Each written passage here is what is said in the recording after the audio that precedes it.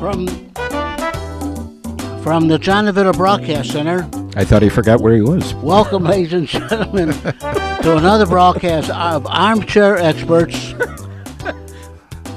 with Jim Leon and Rich Massaro on the Windy City Hometown Entertainment Network. It's bad when John gets lost. At Jack FM 89.7 WRHS FM Norwich on Wednesday, December the 20th, the year 2017.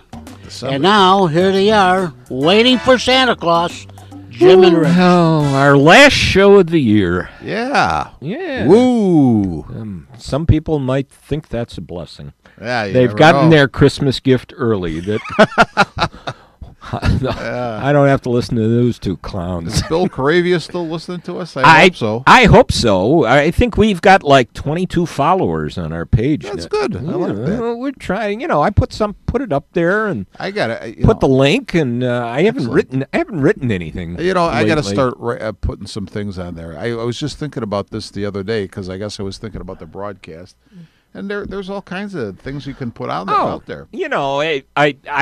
And it was one thing I wanted to do today, and I've been busy with other stuff. I was going to take the Baseball Writers Association Hall of Fame ballot and evaluate it and give our picks for those that we feel should be in the Hall of Fame. Jim, I'm thinking about the season here and things to put on our page, our Armchair Experts page, and Mark Holstein, who I really don't know Mark that well, but we're friends on Facebook, very big softball guy, posted Cole Hamels, the pitcher, I think he's with the Rangers, just donated a house that was worth several millions of dollars to a Christian organization for like a camp or some type of a... Very and good. A beautiful, beautiful. Very good. It looks like a castle, for God's sakes. But I'm thinking things like that, or whatever. I mean, there's a lot of things that are out there to be posted. There's a lot of things that we can make people aware of out there, and I got to find again what our Facebook page is, because otherwise it's too long of a title. And did it ever get cut down from the? I thought you said it had gotten cut down to Armchair Experts, but when I checked it last, it still wasn't. It's got to find it here. Yeah, World as We See It. It got cut down before. It used to have. The World as We See It, Local Legends, whatever. Our Facebook is Armchair Experts on 89.7 WRHS FM Norwich. Right. That's us. What I found when I first just looked for Armchair Experts, there are other Armchair Experts, but I think in the UK somewhere. Yeah, and I had actually started a page a couple of times. Where I called it Armchair Experts, and I just never got into it too much. The other Armchair Experts deal with your favorite sport, mainly I think soccer. And I really didn't want to be confused with those guys. No. But our friends would really get down on us. Yeah, let Jimmy Sunshine. Jimmy Sunshine. Would I know. pull him into that page. But yeah. One thing I do want to mention before we get too deep into it, because I told her I would do this, our friend Mary Georgianis from Ridgewood, Mary Georgianis Waldron, she is spearheading the planning for our 50th reunion that's going to come up in 2019. Planning will be starting next year. Somebody mentioned this to me. We were 3 when we graduated, weren't we? Yeah. Jim, somebody mentioned this to me, and the last I had heard was that Mary had dropped that idea, but now it's back on the front burner. It is back on the burner. So and I can't remember who it was that mentioned to me that we were going to have a reunion. Yeah, if you are interested, if you are a Ridgewood graduate and listening to our ruminations here once again, check out the Ridgewood High School (Illinois) Friends. For Mary Georgianis Waldron's post for the details, and let her know if you're in, or look for Mary Georgianis Waldron on Facebook. Yeah, she's there. And let her know. Man, she's making a bunch of cookies too. I know. Holy mackerel. We don't. Is she saving those for the reunion? I she don't could feed know. the whole class. I for don't God's know. sakes. But she doesn't live that far away from Dana and me. We're gonna. I think I should just. Yeah, go you over might and- just drop in, knowing I you. might have to Yeah. just drop in Yeah. and have some cookies. No doubt about it. They look Jeez, pretty they good. look pretty doggone good. You know, talking about Mary, and don't want to dedicate the show to Mary. I have no problem with that, but I shouldn't say that, Mary. If you're Nothing. listening, I apologize. But she posted recently, and I know you had posted a picture of your dad because it was the anniversary of his passing, Right. Or was it his birthday? It was actually his birthday. his birthday. Yeah. But she posted a picture of her father. And I responded to the picture because I remember Mr. Georgianis pretty well, and it was just a big, nice guy, sort of a bear of a man. And she and Mickey, her brother Mickey, both responded to my post, and I didn't realize her father had passed at 60. I would have never guessed that. I thought, like most of the parents I knew, that he would have lived a little bit longer than that. So that was a surprise to me. My dad passed at 57. Yeah, so, your dad was young, very young. So those things happen. Yeah, Those things happen. Wow, on this jolly note, with Christmas Well, coming up, golly, let's talk a little bit let's, more. Let's continue. Let's continue with the depression and ask how you going to feel if the Browns win on Sunday. I'm not going to feel anything, Jim. I honestly, I'm numb by now. I have to say, I'm unhappy with the way the sports are reported because, and in a sense, you don't have enough column space to say, to give the actual picture. But they pick on an area, and they'll pick. They pick and choose what they want to say. I've been telling people, I think John Fox should actually be rewarded with a medal instead of fired. I mean, with I think he should be put up against the wall, given a medal, and then fired. With the what he's had to work with, I really don't see who would have done any better. He didn't have much to work with, and I had to laugh. You mentioned something like that on the way in today. I had the score on. And the guys on the morning and the midday do something every day where they call the three technique. They call it the three technique. Okay. They call three different people and talk about some sports event, sports thing. They called a host out in Seattle, Dave Mahler, and talked about the fact that the Rams beat the snot They beat the Seahawks bad. the snot out of the Seahawks, and so I'm interested. and his comment was, his first comment, well, do you schmucks know how many people were out on the defense? Well, there's the thing. I mean, and Nobody seemed to know that. All they could do was just talk about the fact that the Rams won 42-7. one of my questions to you is, if you took, let's see, first off, you would have to think back to the beginning of the season and who the starters actually were supposed to be. I'm talking about the Bears now. But in my book, offensively, Kyle Long has been hurt. Josh Sitton's been hurt. I believe that obviously Zach Miller's out. Yeah. By the way, he took his first steps yesterday. Yeah, I He's heard got that the he brace. I mean, Still wearing a brace, but he took some steps, which was good to see. Cam Meredith never made it even to the season. Kevin White. Kevin White played, a game or two, maybe? I don't know. Maybe. I don't even I know don't if he think made it into the season either. Jordan Howard has played through injury for the whole year. On the defensive side of the ball, Leonard Floyd's out. Danny Trevathan has spent time out. Jarrell Freeman spent time out. Kwiatkowski has spent time out. Pernell McPhee has spent time out. There's no talent. Eddie Goldman has been yeah. hurt. Mitch Unrein's on the DL. Disabled. IR. IR, I should say.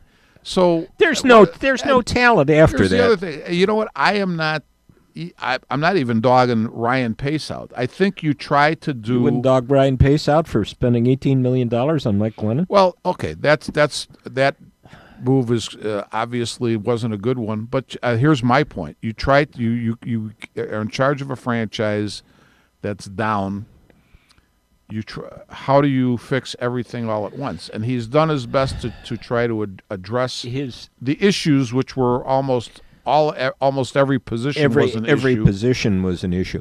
Has he made mistakes? Of course he has. Yeah, his drafting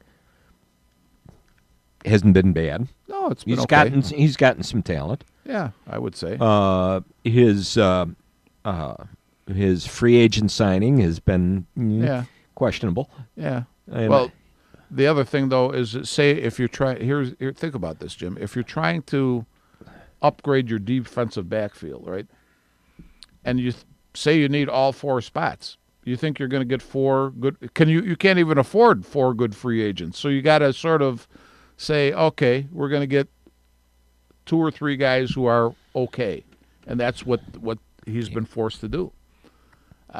So I think, to me, I would like to see, instead of starting all over again, let's see how this plays out. If Trubisky improves, if they get some other, if they get some receivers, which would be a big thing, that to me would be, I would say let's go another year. I mean, it was really news to me. How many years has John Fox been a head football coach in the NFL?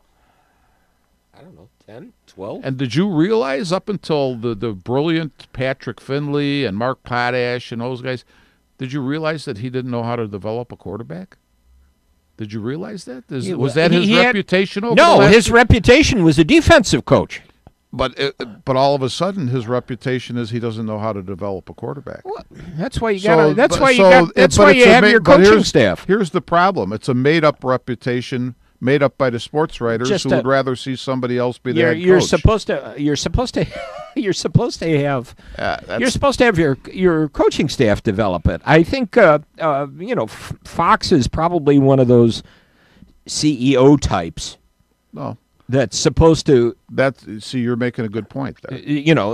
I think he had the reputation of that. His strength was a defense. He was always known as being a good defensive quarterback. Who did he in Denver? He had Peyton Manning, Tebow. Made Tebow look good, but I don't know who his offensive coordinator was then. Was that Kubiak? Well, probably Kubiak. But here's the other thing, though, Jim. Who do you have in Carolina? Who was his quarterback? Jake Plummer. Plummer. No. Or Delhomme. Delhomme. But think about this, Jim. When after the preseason, the press was hot on, you got to give Trubisky time to sit there and learn behind Glennon. Then Glennon came out and had his problems, and now the press is clamoring for Trubisky to play. Now Trubisky plays, and they play it conservative, which after watching Trubisky for 9 or 10 games, I'm not going to knock Trubisky, but I could see why they play it conservative. He will have flashes of, he's got ability. Oh, he's got him. Oh, he has flashes. There's times when he's throwing the ball right on the money. He makes some good plays with his feet, but then there's times when he makes ill-advised plays that hurt the team. And I guess that's why you go conservative. Well, you know what? Cincinnati, they kind of opened up against Cincinnati. They kind of opened up the offense. Well, they were able to. Cincinnati was hurt. Why didn't they open up the offense last week against Detroit? Because they couldn't. Why? The same plays that were there against Cincinnati were not there against the Lions. Some of them they didn't even run. Mean, who dictates the tone of the game? The offense or the defense? Well, the defense to me dictates the tone of the game. I mean, what are you able to do against the defense? You don't. Let's face it. When you have 0 DBs available, or you have 5 defensive starters out, the Bears could do whatever the heck they want and look good. Yeah. You look at the Detroit Lions defensive backfield. That is one of the best defensive backfields in the league. Yeah. And they showed it. Our receivers were open against the Bengals. They weren't against the. Everybody was open against the Bengals. They weren't against the Lions. Bengals quit from the opening kickoff. Here's the other thing: the kiss of death by and I'm not criticizing them, but when you start to read, every time I've ever read, for instance, last week the deal was the Lions have one of the worst run defenses in the NFL. They rank Yeah, 20 that's what I something. heard. And the Bears That's what have I one heard. of the best running offenses in the NFL. As soon as I start to hear that throughout the week, I know the Bears are not going to be able to run the ball at all. Okay, that's just the way it is. I mean, when Not I going to hear- be able to run or just not run the ball. When I heard that Mitch Trubisky in the Packer game, this is the first game where our quarterback has been definitely the better quarterback over, Trubisky versus Hundley. I said, Hundley's going to be great. He's going to lose. Yeah, we're going to lose. So you could guarantee when the press says it, just go the other way because because this is what happens with stats. It's like, do you think the Lions, for instance, don't know that they have a poor run defense and that the Bears count on getting the run going to make the pass work? Of course they do. So guess what? They're stacked to stop the run, and they did. So I mean, this is what the Raiders don't understand. I suppose. Maybe it's just best that I try to watch it as little as possible and not get myself aggravated. Yeah, there's nothing to be aggravated about. We have let's put it this way: if you were say John Fox, and the GM says, okay, we got a free agent quarterback. This is our quarterback for the year. We're drafting a quarterback in the first round. He's going to sit and watch. After 4 games, you and the GM get your heads together and say, well, this free agent thing's not working, so let's put the kid in. So now you're forced to play a guy who probably is pretty much not ready. What do you think you're going to get? What results do you think you're going to get? Do you think Mitch Trubisky was going to tear the league apart? Yeah, I know. When you come in with somebody who's had 13 starts. Well, plus with nobody around them. 13 not many weapons. 13 starts as a collegiate quarterback. Yeah. And nothing around him. Yeah. I think the evaluation of Trubisky is he's better than I thought he would. I think Trubisky is fine. I think his mistakes. He's going to make his mistakes. He's going to learn from his mistakes. Yeah. The big question is going to be, what is he going to look like next year? Yeah. And what's going to be around him? And is he going to be able to deal with a new offense? Well, because this coaching staff is gone. See, that the problem is that's the problem right there. So now you're going to make him deal with a new offense instead of just letting him progress with the one that's already He's there. gone. Fox. I mean, by the way, I heard. Go ahead, finish. When you saw what they could do in the Cincinnati game, you saw all kinds of different looks and formations, and they did because they were able to do it. Because they were the superior team manpower-wise that day. Then where is the knock on the coaching staff? If put it this way, if the coaching staff has the pieces in place, like any other coaching staff, you will see the diversity in the offense. You will see the offense look like a normal NFL offense. But when you don't have that, you can't do it. That's the problem. And now we're going to change to who? Well, you know what? Who's out there? You know what? Another roll of the dice? I don't know. A lot of people are wondering if Bill O'Brien in Houston is going to get whacked. Oh, so you're going to hire a coach who's going to get whacked? That he's been. So he can't. He could win with Deshaun Watson, but he can't win with Tom Savage. So he's going to be a great fit for Chicago. I don't know. I mean, stupid. Honestly, I think it would be silly if they whack O'Brien. Well, I think it would be silly if they. You know what? I'll tell you what. Until this coaching staff has actually a team that they could work with, how you evaluate the current coaching whose fault staff. is that? Whose fault is that? That they don't have a team to work with. Whose fault is that? Well, it's not the coaching staff's. I can guarantee you that. Okay. So, do we look in the front office? Well, I think we look and say how much is a reasonable time to try to get a team together. We also look at things like injuries, which I'll tell you right now. You and I said before the season started, we thought this team would be better. Before the injury bug hit again, I think the team was better. I think they are better than they were, and So now we're going to start all over again. We're going to start with a new coaching staff that's going to look at everything the new way, and now you're going to reinvent the wheel again. To what purpose? Why are injuries always a problem here? I don't know. Maybe we're in a bad cycle. Maybe we got the wrong guys. You know what? How do you know? I don't have my crystal ball out to say why the injuries are piling up on the Bears. Yeah, I was just looking to see see if there's any injury reports this week. Mm-hmm. Anybody placed. Indianapolis placed linebacker John Bostic and Senator Ryan Kelly on injured reserve. I just didn't know if there was any great amount. Looking at the sheet. Well, look at it this way, Jim. 2 weeks ago, Cincinnati was a contender for the playoffs. They had, after the Pittsburgh game, they were totally banged up. The Bears clobbered them. They got clobbered again this week. So is the answer to whack the coach because they had 5 or 6 starters injured on defense? We have at least that many on defense that are out.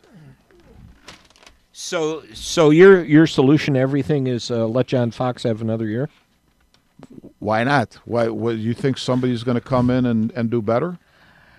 You know, this league can turn around on a dime, but so you're saying that in other words, somebody will come in and turn the Bears around, but Fox can't turn the Bears around. You gotta because Fox is too stupid. I don't know if Fox is stupid. Well, I mean, I heard a dumber statement from a coach.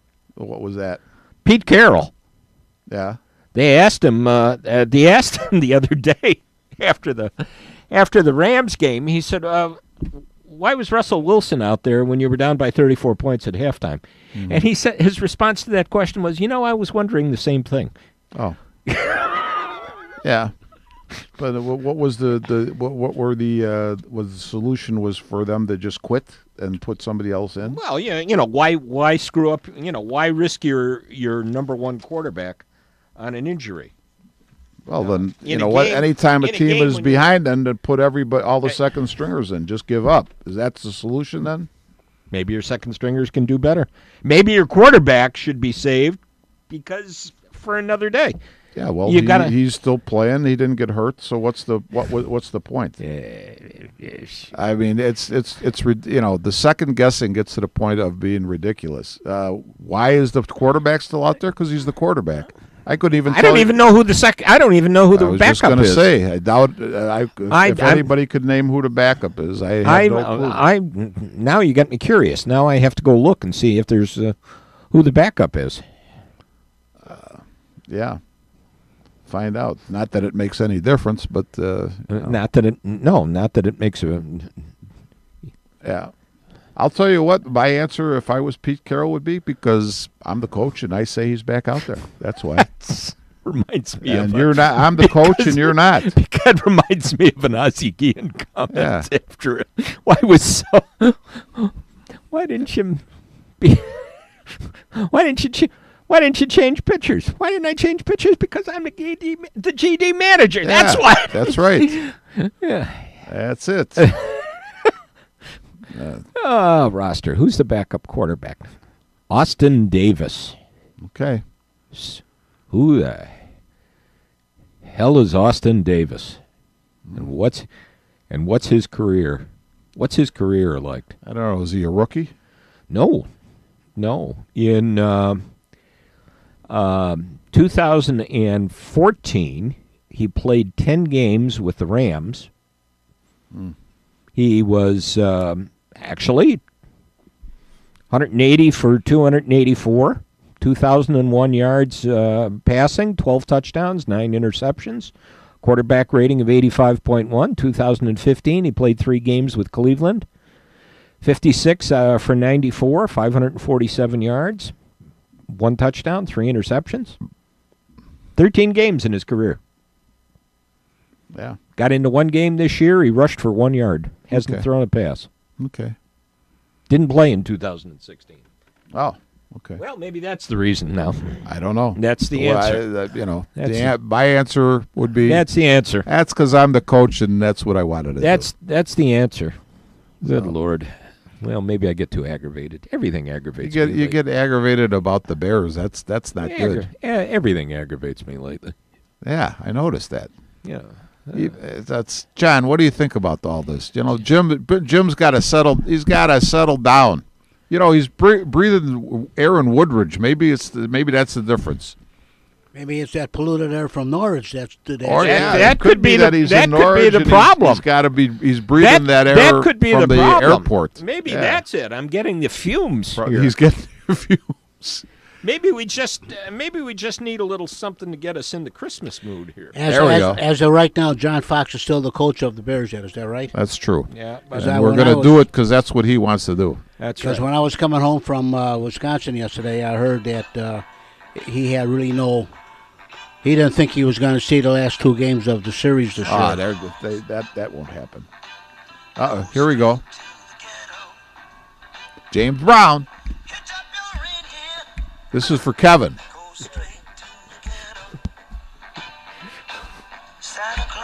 I want you to program this for Jack Frost FM next year, John.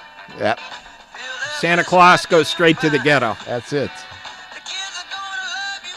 I love it. That's it. Yeah. All right, starting to get me a little bit better in the Christmas mood. Let me try one more. We're going to go another one. We're going to find one more. All I got right. another one to look for. Hold on. I've been trying to get Kevin to include Santa Claus Go Straight to the Ghetto on the Jack FM Christmas playlist for a while. I think, actually, I have one here that I think he should include in here. Which is what, Jim? Hold Who's on. what was the guy you were mentioning? Joseph Spence. Hold on. No. No. Try this one. All right. Jim's got a lot of Christmas stuff.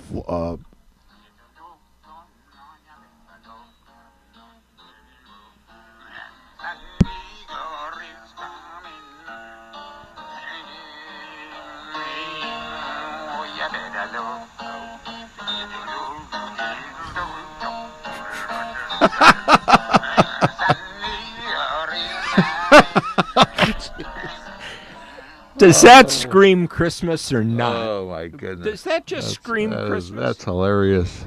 Oh boy! Oh boy! I wish you could. I wish we weren't on radio. You could see the picture on top of it.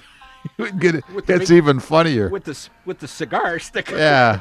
Oh my goodness! Joseph Spence, Joseph Spence. you are a gem. Yeah, that's right. Oh boy! Okay. Heard that the first time, and somebody heard that on the radio first time. Somebody asked, "Is that the Swedish Chef from the Muppets?" Jim, John, thanks for turning that up because it was a little hard to hear until you Yeah. turned it up. Jim, you know what? I have to say this. Last night, guys, for the first time and for a long time, I actually now the football was on TV, so that was being watched. I actually turned the Bulls game on to see what the Bulls would do. You know, I was doing stuff around the house, and I looked at my phone, and I saw the score, and I go, "Oh, I got to turn this on," and I never got back over to the TV to turn it on. I tell you, when you listen to Chuck Swirsky do it, even Swirsky, I mean, the crowd was into it and making a lot of noise, and it was an exciting game. The Bulls, I think, were down 9 to begin right at the first part of the fourth quarter. They were down by it, yeah. And all of a sudden, they come back. And you know what? I have to say, I don't know if it's because all the veterans are gone and he feels more focused, but Mirotic has been a player that we have not seen him be in the time he's been here in Chicago. He's stepping up and making shots when they really count, and my goodness. I mean, I'm not saying the Bulls are going to be a contender, but they certainly, when they were leading the whole game a couple weeks ago by 18, 19 points against the Pacers and blew the game right at the end, I thought that's it for the season. and for them to have bounced back and won 6 in a row now. Yeah. Man, I got to give the players and the coaching staff and everybody a lot of credit. Because when they blew that game, I thought, this is it. They're going right in the dumpster, and it's all over. But they have really come and played some good basketball. Mirotic, 22 points, 13 rebounds. Yeah. Portis, 12 points, 10 rebounds. Yeah. Coming off the bench. Yeah. And I know, let's see, they had 3 guys in with over 20, Mirotic, Holiday, and Dunn. Yeah. And, boy, well, at the end, it was really Mirotic and Dunn that sort of fueled, as far as the scoring went, sort of fueled the fire there. Those 2 guys basically took over at the end. And to be fair, I know that Philly was not playing. Joel Embiid did not play last night. He did not play because he's having back problems. Yeah. Similar to what Markkanen has been having, apparently, back spasms. Although Markkanen did play last night, I think. Yeah, he did.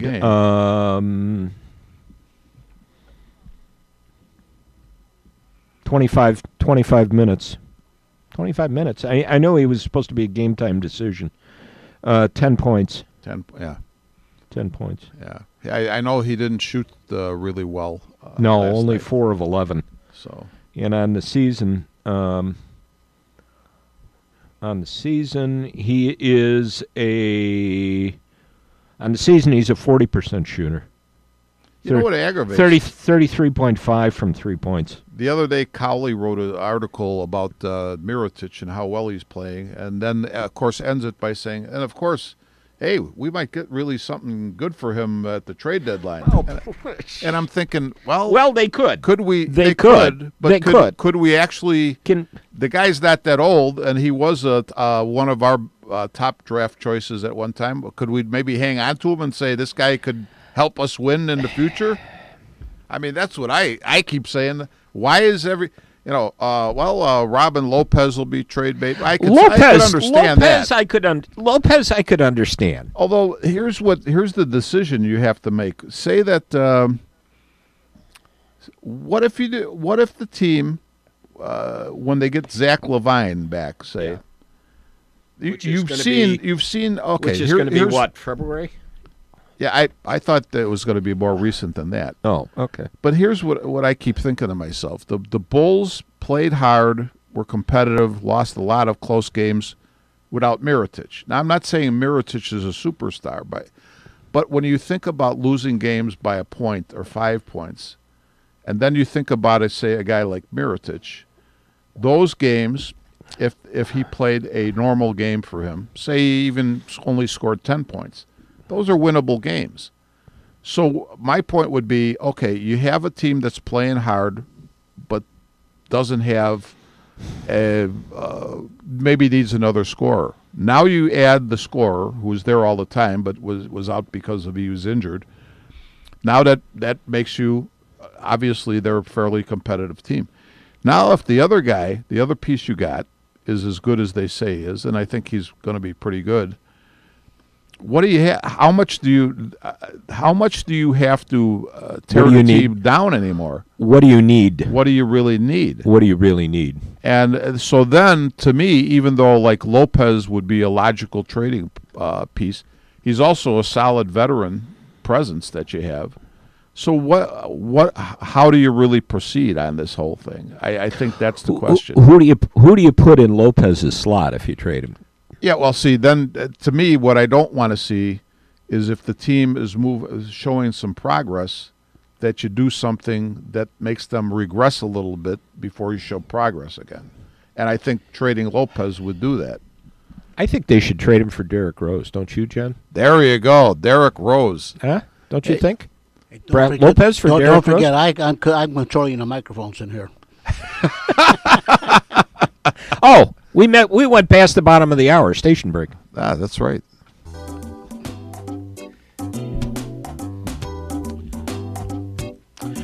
You're listening to Armchair Experts from the John Levita Broadcast Center on Jack FM 89.7 WRHS FM Norwich and the Windy City Hometown Entertainment Network on Wednesday, December the 20th, and that's the year of 2017, with Jim Leon and Rich Massaro. And this is Jack FM 89.7 WRHS FM Norge. And now back to Jim and Rich. Where were we? Jim, I have a question though. Does this finally show that Hoiberg is maybe a better coach than than people have given him credit for? Oh, I think so. He's got the type of players that maybe he wants, and they're showing the effort, and now they're getting some results out of it. I mean, people could look at this right now and say he's getting a lot out of essentially nothing in some aspects. Yeah. I'm not enough of a expert to say. I haven't watched them enough to judge that myself. Yeah, actually, well, I'll tell you what. I think that the as much of a catastrophe as it looked like at the time, I think the Portis Mirotic incident has actually helped the team. I think it has too, surprisingly. To me, those two guys now, even though they're, it's reported they're still not talking off the floor, I think what a great thing for the team to say. They both sort of buried the hatchet. I mean, the one game when I look, I go, one of the best, it wasn't a headline, but the headline for the Bulls story, Mirotic and Portis combined for 47 points to help Bulls win the game. Mm-hmm. And those 47 points where they were helping each other. They were on the floor together. Mm-hmm. And I'm like, that's one heck of a story. Mm-hmm. And what does that actually say? That these guys, maybe they're both more focused. Maybe that's caused them to focus more on playing their game than all of the other things that swirl around a team. Maybe that's helped them to focus in on what they're supposed to be doing. Maybe it's we don't need to be friends off the court, but we have to work together. Yeah. From the time the opening tip-off goes until the end of the game. Yeah. Well, I mean, there can be guys like that. That's the extent of the relationship. Yeah. Just remember the battling A's. Tinker to Evers to Chance. Tinker to Evers to Chance. That's right. Tinker and Evers were hated each other. Yeah, that's for sure. Yeah. These are the saddest of possible words. Tinkers to Evers to Chance. Yeah. Well, I won't do the rest. I won't do the rest of the poem. Did you? You actually texted me about Jack Morris and Alan Trammell being voted in by the two good choices. Yeah, two. I was listening to. I was someplace. Okay, I was at Sweet Oasis, and Chris had the MLB Network on, mm-hmm. and Ron Darling and whoever his partner is on the broadcast were talking, and they were talking about Trammell and Morris, but mostly about Morris because I think the other guy is a pitcher too. I'm not sure who Darling's his counterpart on that show. It was a talk show. I don't know. And they were talking, and they said one of the knocks on Morris, I believe they said his earned run average for his career was like 3.97. I was going to say he's at least 3.5 and probably higher. And his comment was, I thought, a valid one. He says, well, look at today. He says a guy might go through the order twice and he's done. Yeah. He said when I was pitching, he said probably went through the order 3 times. He says sometimes 4, maybe even 5 sometimes. Yeah. So he said that, the point being that eventually they get to there's only so many things that you can change up, and eventually they're going to maybe get a read on a pattern that you have, because there's only so many patterns you're going to be able to have. And he said, that accounts for my earned run average. Although Jim, I have to say, I don't know how you feel, but I would say Jack Morris to me is a hands down pick for the Hall. I would say. Oh, I was that good of a pitcher. I was surprised. He honestly he wasn't in it. I'm looking for his stats. No, I'm actually looking for another page that if you want to look at it, a group on Facebook, Cooperstown Discussion. Okay. take a look at it and take a look at it. Sometimes as I read some of this stuff, I look at them and they're very meatball-y. Mm-hmm. But sometimes it's interesting. Now, somebody posted something yesterday. Since the votes are apparently in many instances being reported, I saw being publicized. Yeah. Right now, with this guy is posting from, and I haven't looked to try to find it. Baseball Hall of Fame Gizmo, 14.7% of the BBWAA vote in. Jim Thome with 98.4% of the vote. Chipper Jones with 96.7%. Vladimir Guerrero with 90.2%. Edgar Martinez, 83.6%. And Trevor Hoffman with 78.7% of the vote. So it looks like there's a possibility. How many can get in? Or does it matter? It's 75% of the vote. Oh, okay. So it's to sell. Okay. Yeah, and as far as those right below it, Clemens with 72.1%, Bonds with 70.5%, Mussina with 70.5%, Schilling with 68.9%. Then you have Larry Walker with 36.1%, Omar Vizquel with 36.1%, Manny Ramirez 31.1%. Fred McGriff, 16.4%, Scott Rowland, 16.4%, Sammy Sosa, 13.1%, Andrew Jones, 11.5%, Billy Wagner, 9.8%, Gary Sheffield, 8.2%, and Jeff Kent, 3.3%. So based on that, wow, there's a lot of worthy names on that list. There's a lot of names on there. I think Kent will probably be a guy that's going to wind up with the Veterans Committee someday. Jim, I have to ask you. Part of the after you got by the first five that had over 75, and then you mentioned Clemens and Bonds. I blanked out for a couple seconds, and then I picked you back up when you were down to Vizquel and Ramirez. And I'm thinking to myself, Omar Vizquel, I saw a couple years with the Sox, mainly. Late in his career. And from what I saw, if that was Omar Vizquel at 40, the man had to be the equal or close to the equal of Ozzie Smith when he was in his 20s, because he was fantastic, even in his 40s. Yeah. And Manny Ramirez, personally, I didn't like again, another steroid guy. But, geez, Manny Ramirez is, I think, at one time, he may not anymore, but led all players in postseason home runs. And, he's got over 500 home runs, was a good hitter for average. I don't think he was like a 250, 260 guy. He's more like 280, 290, 300 guy. Yeah. And I'm thinking, how the heck can those guys not be Hall of Famers? I could see if you don't like Ramirez because of steroids, okay, fine. But Vizquel doesn't have any of that. And, I mean, he's got over 2,000 career hits. Yeah. He was a very competitive hitter. He was not a great hitter, but a good hitter. Yeah. And an excellent fielder. It comes to the point where you look at some of these guys, and I think I'm like you.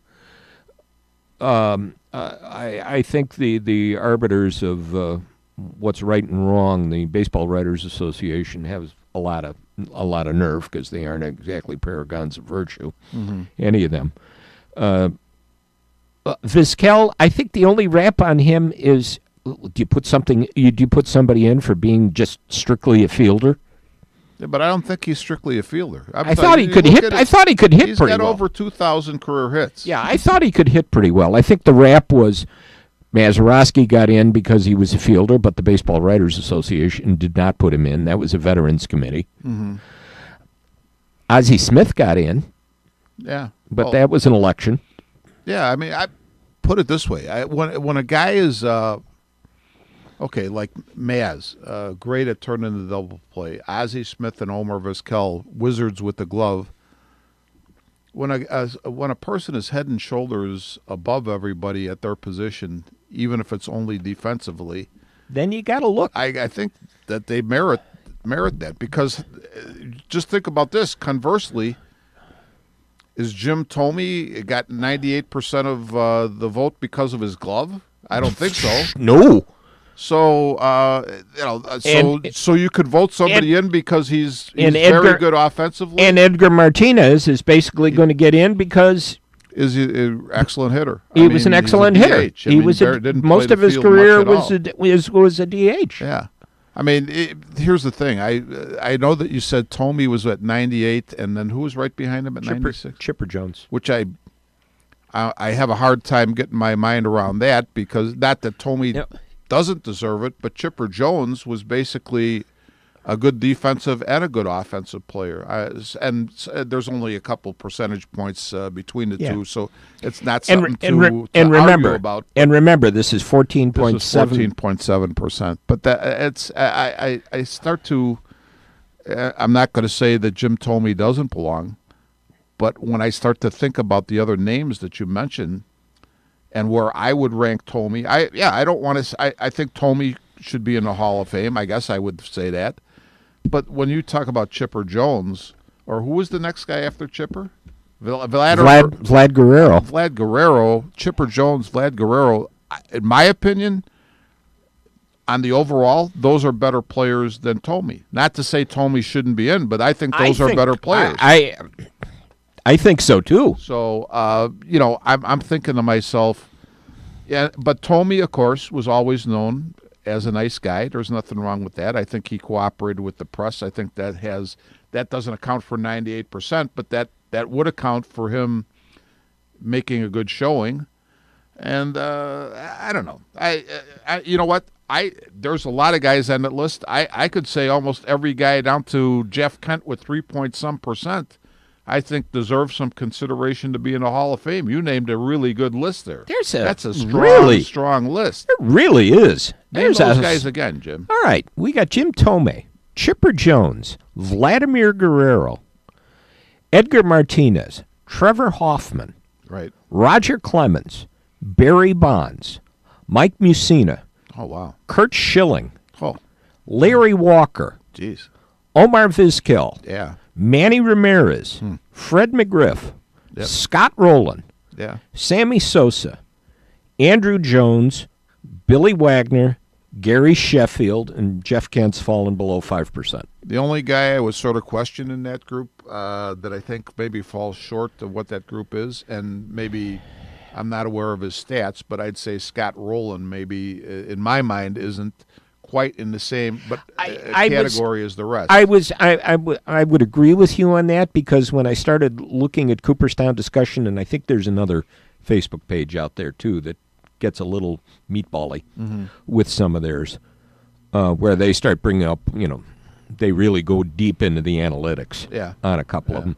I kind of felt the same about Scott Rowland. Yeah. He was a good ball player, but sure. Is he a great, Yeah, no, and it's been interesting, too, because I've been cleaning out all my old baseball cards from the 90s and that. So you've been looking at them. I've been looking at them, and I'm looking at names and deciding, what you think about whether I can actually sell something with some of these guys. Yeah. And I look at Rowland and I'm going, people are talking about him, and there's guys I looked at and I thought, good player. Is he Hall of Fame worthy? Yeah, I agree. I mean, really good, solid player, and I think maybe a little. Would you?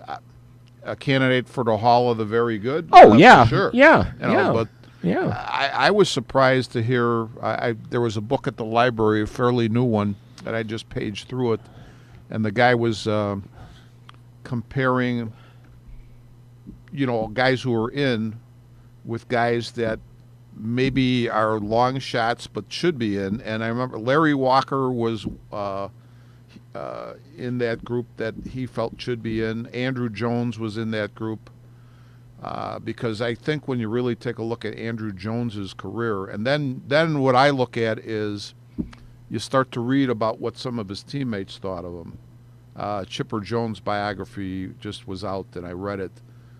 I thought Andrew Jones, fantastic player. I mean, as far as a defensive center fielder, and you're talking about a guy with over 400 home runs. I know that I don't.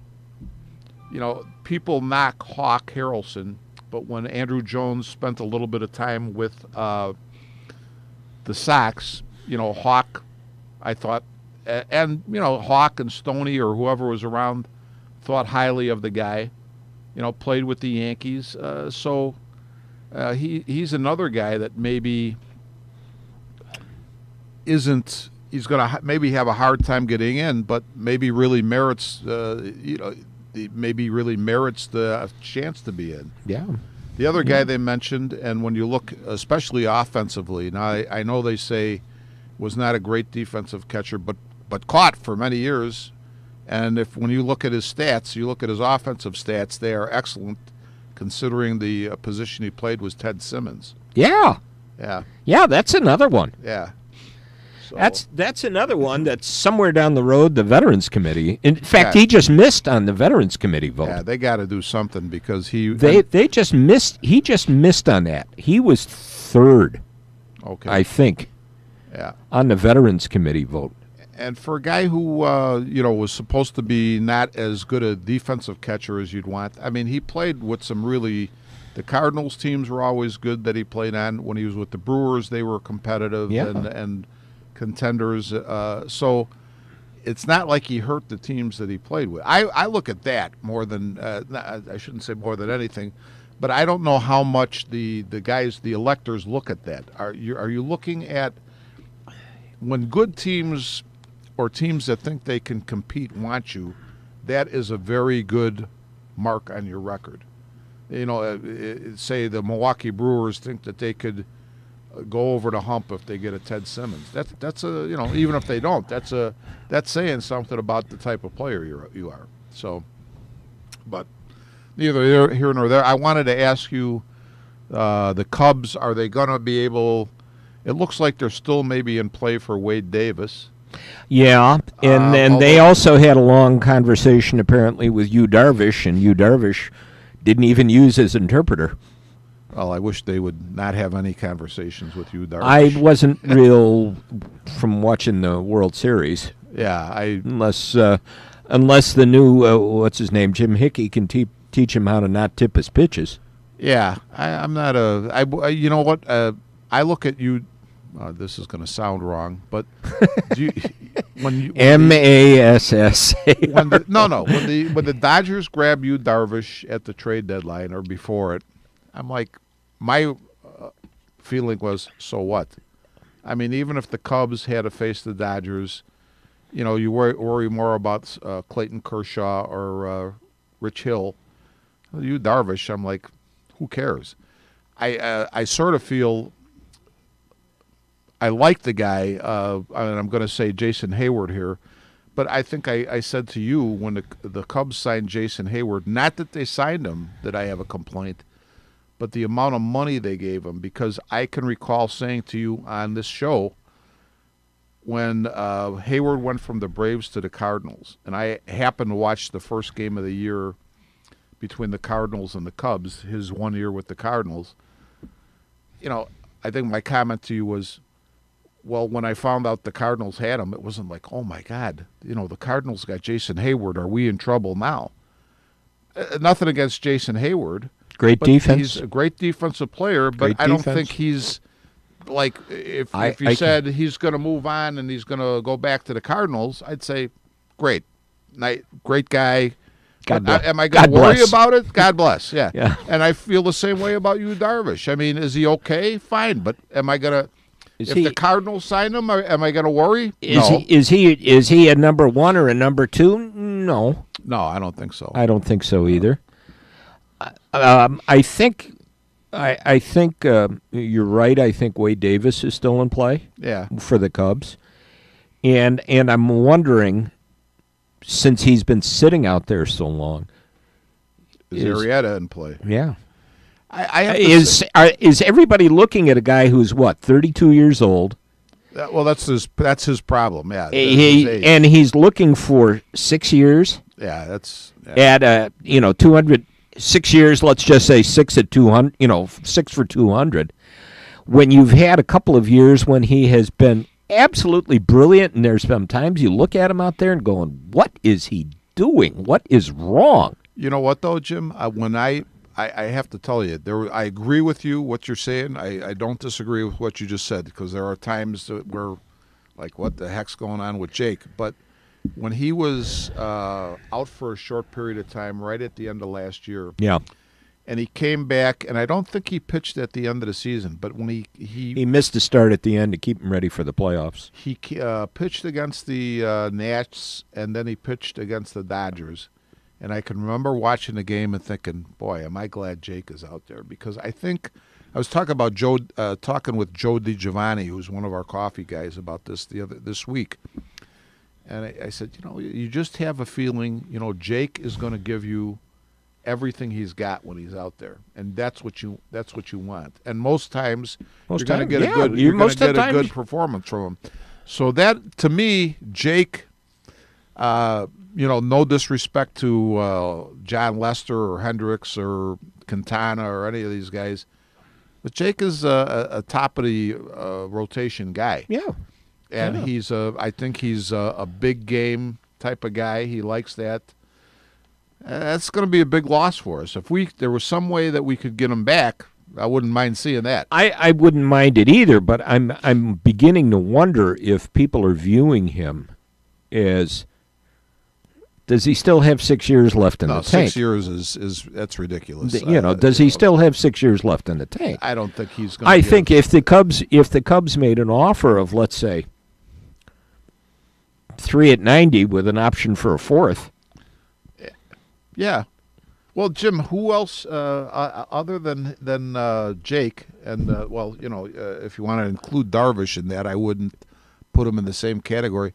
Is there anybody else in the same type of category as Jake that's out there? Nothing that I can think of. Nobody that I can think of. I'm not even hearing, not to say that I hear everything, but I haven't heard a word about any really interest at all on Jake. No, I haven't either. The big interest right now, as far as what's going on, and I think it would be silly if they did it, it was because Machado is going to come out as a free agent next year. Mm-hmm. And they're talking about teams, Orioles want to trade Machado. Yeah. For, because he's got 1 year left on his contract. Yeah. Jeez. What, trading Machado to... trade, people said... But trade Addison Russell. Trade Addison Russell for Manny Machado. And now Machado wants to change positions. Okay. Machado does not want to play third base. Okay. So if you did that, fine, you'd have a shortstop. But come on, 1 year. Who says he's going to stay? That's one problem. The other thing is, that's the first I've heard anybody talk about Machado even possibly being with the Cubs. I've heard a lot about Bryce Harper after this coming year. After this coming year, yeah. But I'm thinking, the Cubs are, I don't think they're hurting financially. No. But when you start to add guys who are going to make the kind of money that they're saying Machado or Harper are going to make, is that really going to fit? I got to say this. More people are saying Harper's going to come because his Las Vegas buddy Bryant is here. Whatever. But you know what? There's a couple things. How do you fit in with the team? Where do you fit in that outfield? Not to say that everybody in our outfield is an all-star, but where is Bryant going to fit? And can the Cubs really afford him? Especially when you're talking about a lot of young players who are going to come up for their big payday almost all at the same time. Right. So I just don't see that logically that it's going to happen. Do you want to run up against that luxury tax issue? Right. Yeah. Right. And they're short of it right now. They're short of it right now. That's fine. Right. But do you want to hit that, whatever it is, $200 million payroll? Yeah. To me, actually, you have a certain amount of people say they always maybe have one or two more players than there's enough playing time already. Yeah. And now, how are you going to fit the? How are you gonna fit these others in? I still think at some point before we get to spring training, somebody out of this core is going to be traded. I don't think so. I still have this feeling somewhere. I hope I don't think it. I'm hoping. First of all, I'm hoping it's not going to be Russell for Machado. I don't think that's going to happen. I don't think so either. Yeah, I think that would be a stupid deal. Schwarber lost 25 pounds. Yeah, looks healthy. Is he still a liability in the outfield? Yeah, probably. Yeah. Is he made to be a DH? Yeah, probably. Mm-hmm. Can you get a decent pitcher for him? Can you get somebody to fit in your rotation if you need it? That might be. Can you take Ian Happ and get yourself a decent pitcher for him? Yeah, to me, I wouldn't move any of these guys at this point. Just too young to move. You don't know what you actually have totally yet. I know this is, but I still have this feeling. Of course, I had a feeling that the Bears were going to go anywhere from 6-10 to 9-7. Well, you still might. I might hit my 6. Yeah. You know what, Jim? I made a mistake this softball season where I had a really good player that asked. He wanted to play with us. And it was somebody you couldn't say no to. But then when we got him, we realized, well, wait a minute. We only have so many games, and we have like a player too many here. How are we going to work this? Never really worked it out. So when you start to talk about a guy like Bryce Harper or Manny Machado, how do you really work this out? You have other guys who need to play. Obviously Bryce Harper or Manny Machado is an everyday player. You're not gonna do what Bryce Harper, what you might do with Ian Happ, or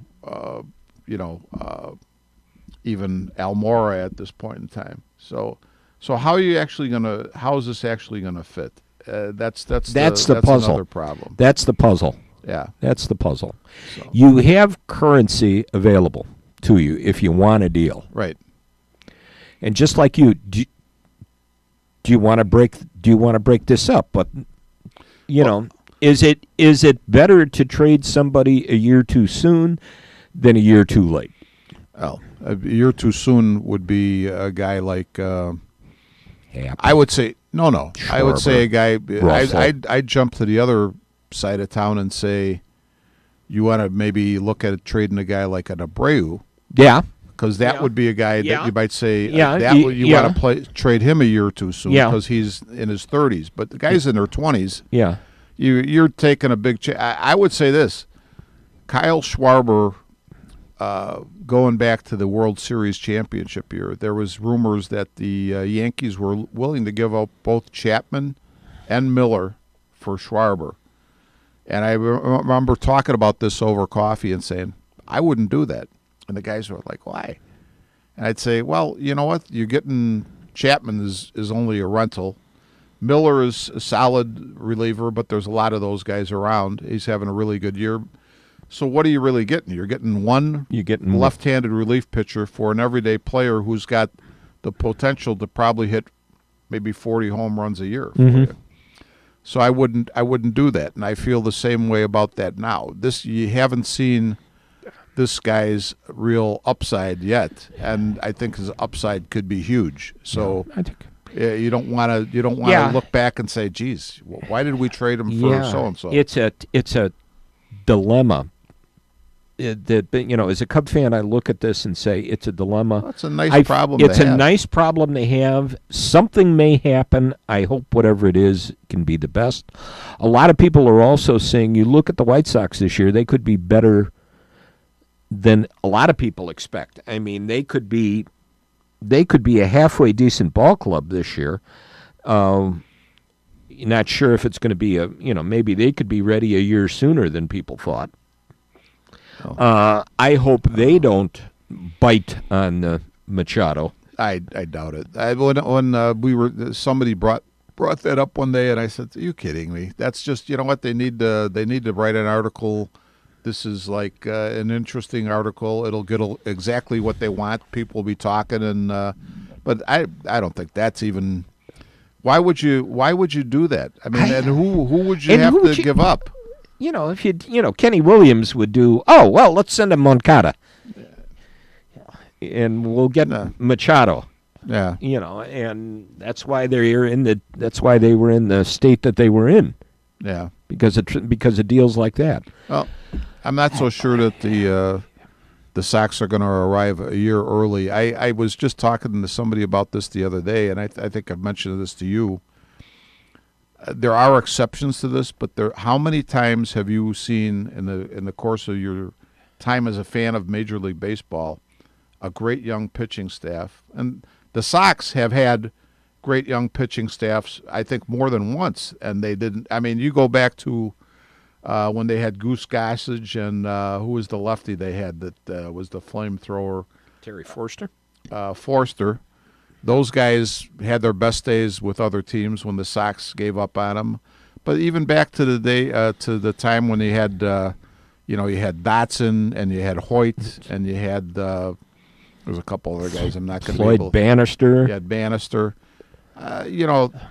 Those guys were okay, and I think they even actually made the playoffs one year, but they faded pretty fast. So. Young pitching is so iffy. I mean, just so iffy. And I know they have a lot of prospects that are pitchers that they think are lights out. All I could say is if that's what you're banking on to say you're going to take a big step, you better just wait and see. See how it happens. Yep. All right. I think we can wrap it up. Jen has given me the look like, are you guys done yet? Yeah. No, bullshit. Ooh. Uh-oh. Okay. Call a priest. Yeah. So we ready, Jim? We out of here? I can't believe I just did that. I am so unprofessional. Wow. Of course, it was no worse than you yelling about the music they were playing during the basketball. We'll never hear the end of that. Yeah, we had to record over that. All right, buddy. All right. Well, it's Christmas coming up on Monday. Christmas coming up Monday. Yeah, Merry Christmas, John. Merry Christmas, James. I hope you guys are. Thank you. I know both of you guys are. Same to both of you. Yes, Jimmy. I hope you're back and. Well, I'm almost done. I'm almost done with everything on the house. I think we have a closing date, the 27th. So I will no longer. House here. Yes. So I will no longer. After 65 years, I will no longer have any connection to Norwich. Wow. Hard to believe. That is hard to believe. After 65 years, no connection. It's a long time. In any way to Norwich. So are you trying to say John and I are not a connection? Well. John, what's he saying here? I mean, I can show up here. Is he dishonest? I can show up here, but I don't have any. We'll still let you within the city limits. I don't know how. We're not here. not going to ask the mayor to put out APB for. Hey, if to, Leon comes into Norwich, throw him out because he sold his house. I can't do that anymore. But we'll see what happens with that. Nice young couple are going to buy the house and raise their family. Excellent. So that's good. I think that's good.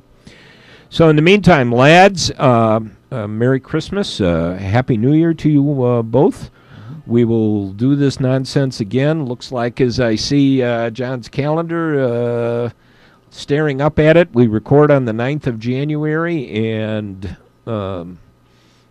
for playing on the 10th, we'll have bowl games to talk about. Yeah. We'll have a college football championship. Already decided, right? Already decided. Yeah. We'll see about that, and we'll see whatever other nonsense is going on. But in the meantime, play the theme music, John. Thanks, guys. Merry Christmas. That's it. We are out of here. We are Taillights.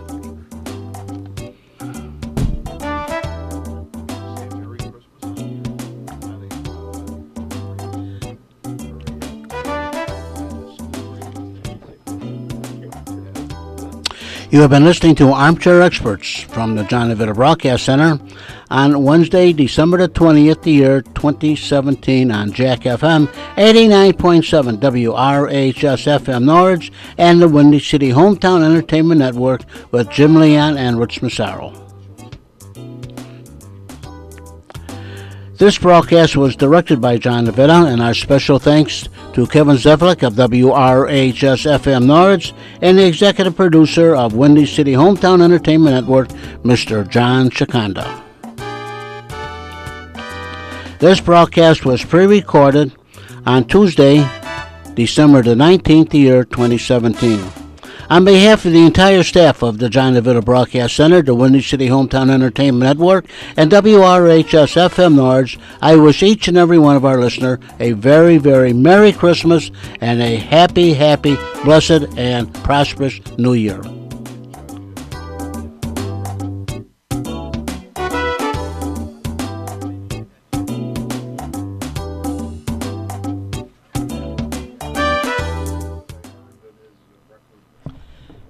And this is Jack Frost, 89.7 WRHS FM Norwich, and Jack Frost, 88.1 FM WXMS in Harwood Heights.